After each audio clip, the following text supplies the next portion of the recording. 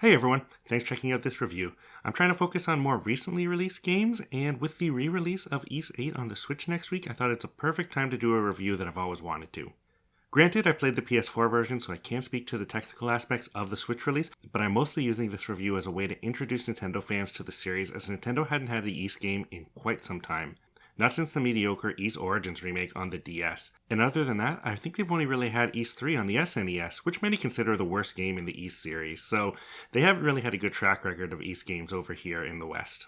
That said, the Ys series is an amazing action RPG series that should really be checked out, and Ys VIII Lacrimosa of Dana is a great entry point. NIS has called the Switch version of the game the definitive version, though I take issue with that, which we'll get into later. The only difference between this release and the PS4 one is that it includes 18 pieces of cosmetic DLC bundled in. So if you're new to the series, I've probably already answered your first question, which is that yes, it is pronounced Ys and not Wise. To bring you up to speed, in the first two games in the series, the uniquely red-haired swordsman Adol Christian discovers what happened to the lost land of Ys, travels there and helps save it. Along the way, he meets his soon-to-be best friend Dogi, and the two of them end up traveling the world in search of new adventures. That's really all you need to know. Every game from then on in is a new adventure with a new land and a new set of characters. Adol and Dogi are really the only recurring characters, and even Ys doesn't play a part in the series anymore, so you can dive into any of the later games. When Ys VIII was originally released, I had to decide whether to play it portably on the Vita, as I had done with most of the series, or finally enjoy a Ys game on the big screen. The Switch of course gets the best of both worlds, so that's a plus for it. Gameplay-wise, Ys games are action RPGs with a heavy focus on combat. It's got some puzzle solving, but it's nothing like Zelda. The games were typically top-down action RPGs, but the most recent games in the series now feature full 3D environments in combat. Lacrimosa of Dana builds on the gameplay elements introduced in Ys VII, which was released on the PSP. The gameplay around switching between 3 party members with unique strengths and weaknesses return, and everything else is ramped up. The story and setting are more exciting, the combat is further developed, and the environments and bosses are plentiful as you would expect from any Ys game.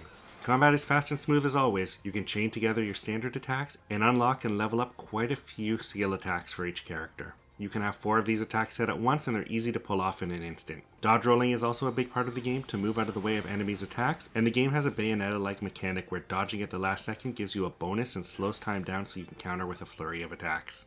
Finally, a special gauge fills over time and lets you unleash a massive special move when full. As with the previous game, Adol is joined by party members. Early on you get Laxia and Sahad, but there are also 3 other playable characters later as well. Adol is a character you'll play the most as. He deals out good damage, attacks fast, and has a great variety of skill moves. Sahad is bigger and slower, replacing Doji from Ys VII, but can damage and break tough-shelled creatures that the other characters do less damage against. Laxia is very quick to attack and best effective against flying enemies and insects that Adol and Sahad deal less damage to. The later characters have their own distinct weapons and skills. You can switch your party from offense to defense, which basically says if they'll help in combat or just hold back. When more than 3 characters are available, you can switch up your party through the menu. As I recall, you introduced yourself to me as an adventurer. Tell me, do you know of the isle? No. Understandable. The Gate to Sea is home to many islands, after all. She's a treacherous sea to navigate. More ships than I can count have run afoul of her jagged islands. The Isle of Seiren has a particularly fearsome reputation, for you see, every ship that approaches the island sinks by some mysterious happenstance.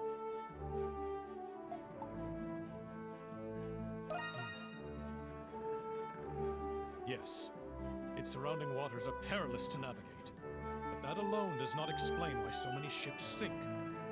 About 5 years ago, a Roman vessel conducting an exploratory voyage approached the island. The sea was calm that day, and ran afoul of nothing, yet I heard it was pulled under all the same. Grecian mythology speaks of monsters called Sirens, which lure ships to their doom. The pirates who first discovered that island declared it cursed ground, and named it accordingly. Ys VIII takes place between Ys V and VI. That really doesn't matter, it's just that the ship that you're on is headed from the lands in Ys V to where Adol ends up in Ys VI. Also, Ys V is the one Ys game that never really got an official English translation, so that's the one game that many Ys fans haven't even played. The game starts with Adol and Dogi working aboard a cruise ship that ends up crashing near the Isle of Seiren, a mysteriously cursed island that has claimed many ships and that none have returned from. Adol awakens on the island and sets off to find the others from the ship. Once he reunites with Dogi and the captain, they set up Castaway Village where all the survivors gather. The cruise ship really sets up an interesting story as the player gets to move around and meet most of the passengers they'll end up finding on the island later. Castaway Village adds a ton to the game as a settlement that gradually grows as you find more survivors on the island. Most of the progression in the game is centered around finding survivors, which help in various ways, including setting up shops, offering side quests, and helping clear obstacles from the island. Along his journey, Adol dreams of a girl named Dana. What's going on with the island, who Dana is, and a ton of drama between the survivors make for some really interesting narrative elements in the game. The biggest draw to Ys 8 for me is the Suikoden-style base building mechanics. You start off with a small area and only a couple survivors, but as you rescue more people, your village grows. New shops and services are added, and you can even get gifts to give people in the town. It's not a really dynamic system, but it's the same feeling as watching a home base grow and learning more about the survivors throughout the game. Along with Castaway Village, there's also a raid system, where waves of monsters will attack. You can prepare the village by adding and upgrading lures, catapults, barricades, and more, then go out and take care of the waves of enemies before they break into the base. You'll get a message when a new raid is happening, and thankfully you can go tackle it anytime after that. There's no need to rush if you're out in the field.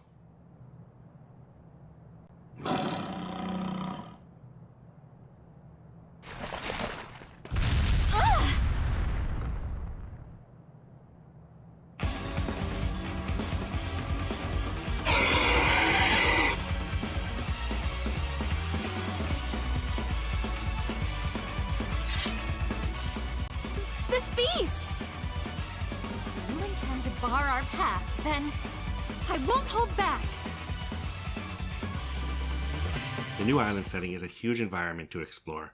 Each area is fairly big and filled with open areas, winding paths, and different levels of elevation.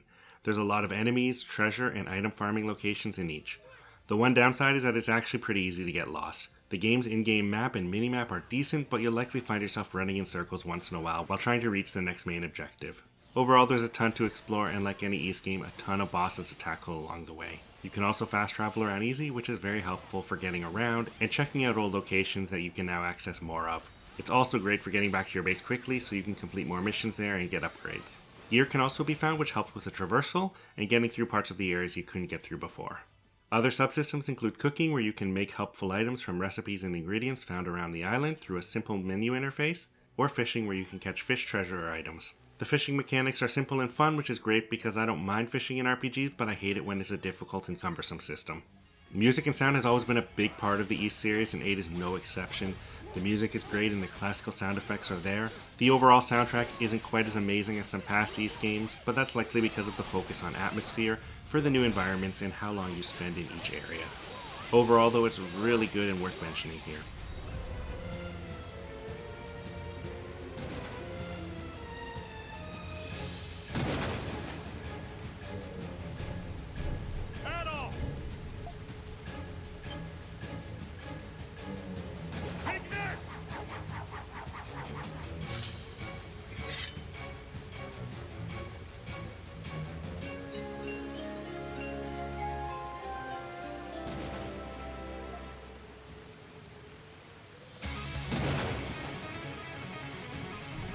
One huge complaint of the original release is that the original translation for the game was really bad and filled with errors.